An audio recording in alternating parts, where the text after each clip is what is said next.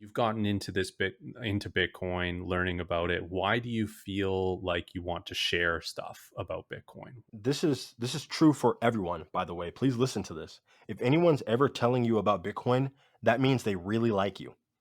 Okay? That means they actually care about you a lot. And I'm not trying to seem too hippie, but on a day when I'm feeling really good and really happy and like my best self, the truth is I feel an obligation to all people who are born on earth to try to help them, to lead them towards something that is it's like Bitcoin is hope. Let's put it in a sentence. Bitcoin is hope. And I think we live in a world that is very hopeless. You know what I mean? And how can you really blame them? You know what I mean? Sometimes I think back, like, what was I doing before Bitcoin? I can't even remember. You know what I mean? Then I look around my house and I'm like, oh, that's what I was doing. Oh, I was buying fake designer. Like, wow, oh my god. You know what I mean? And that's what we get caught up in. We get caught up in trying to impress the Joneses, right? Keeping up with the Joneses. We get caught up in all this other stuff. So I think Bitcoin is a way to free people from their shackles that they might not even realize that they're in. Like you don't have to be a victim. You know what I mean? Some people are stuck in a victim mentality. Okay, you watch a little bit too much mainstream media, like turn it off. Okay. You are caught up in too much social media drama, BS, celebrity garbage. Turn it off. Okay. You're caught up trying to keep up with people who you don't even like, by the way. Turn it off. Like, let's focus on something that we can do to benefit ourselves and preserve our future, right? Because right now our future's been stolen. The future is gone. Like, if you're a Gen Z or Gen Alpha, the future is gone. It is gone. It's over. You might think, no, no, no, it's not over. I'm sorry. It is over. If you look at the interest rate on the debt, it's over $1 trillion per year. That's more than the military. That will continue to compound. It's over. Like, Elon Musk and Doge cannot stop that. Donald Trump can't stop that. You know, Trump's going to make it worse. And I'm not like anti-Trump. He has to do that. Like, he's literally forced to do that. He's forced to print money. Look at like George Bush, Obama, Biden, Trump, everyone. Look at the chart. They've all printed money because they have to. You know what I mean? Like, there is no choice for them.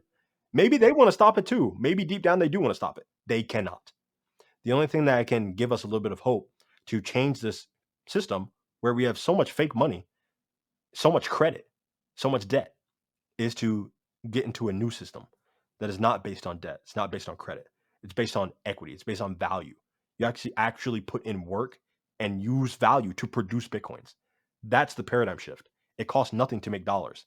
It costs a lot to produce Bitcoins. Well, what's really interesting about the debt spiral that the US is in, and every country basically, is when currencies fail, they just make a new one, because us as people, we need a currency. Like, money is such a tool that, like, okay, we don't value this old currency, but you've given us a new one. Let's just trust it because I need something. Like, I need this tool, right? Like, so when currencies have failed in the past or in different nations, they just adopt a different currency, but they still have the same exact underlying problem. They just haven't gotten to the debt levels that the one that failed has gotten to.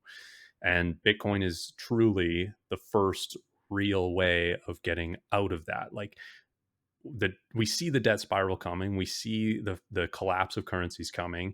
We can just get out of that a little bit earlier and just start adopting it now. That's the way I see it. Like, I don't want to have to adopt Bitcoin when I have to adopt Bitcoin. Like, we benefit from being early adopters. And yeah, like, and like you said, the debt is totally unmanageable. You can't grow your way out of something like this. And the interest on the debt, like, they're paying it by printing more debt. And that's Your there's credit card to pay off your last credit card to pay off your last credit card. Yeah, or basically getting a new investor to pay old investors. Hmm. Sounds like a triangular shaped scheme. What is that called? If you're interested in getting some self-custodial Bitcoin, the best way to do that, in my opinion, is through the Bitcoin Well. They're available in Canada and the United States. They have a very low spread, no fees, and they allow for Lightning or on-chain Bitcoin transactions, and those go directly into your wallets. They never hold your Bitcoin for you, so it doesn't open you up to exchange party risk, which is amazing. They also have a 0% fee the swap function between Lightning and Bitcoin. And if you use my referral link, you can sign up and get some free Bitcoin, which is really cool. And they have non-custodial ways of buying Bitcoin as well. If that's something that interests you, check out the link in the description. And now back to the episode.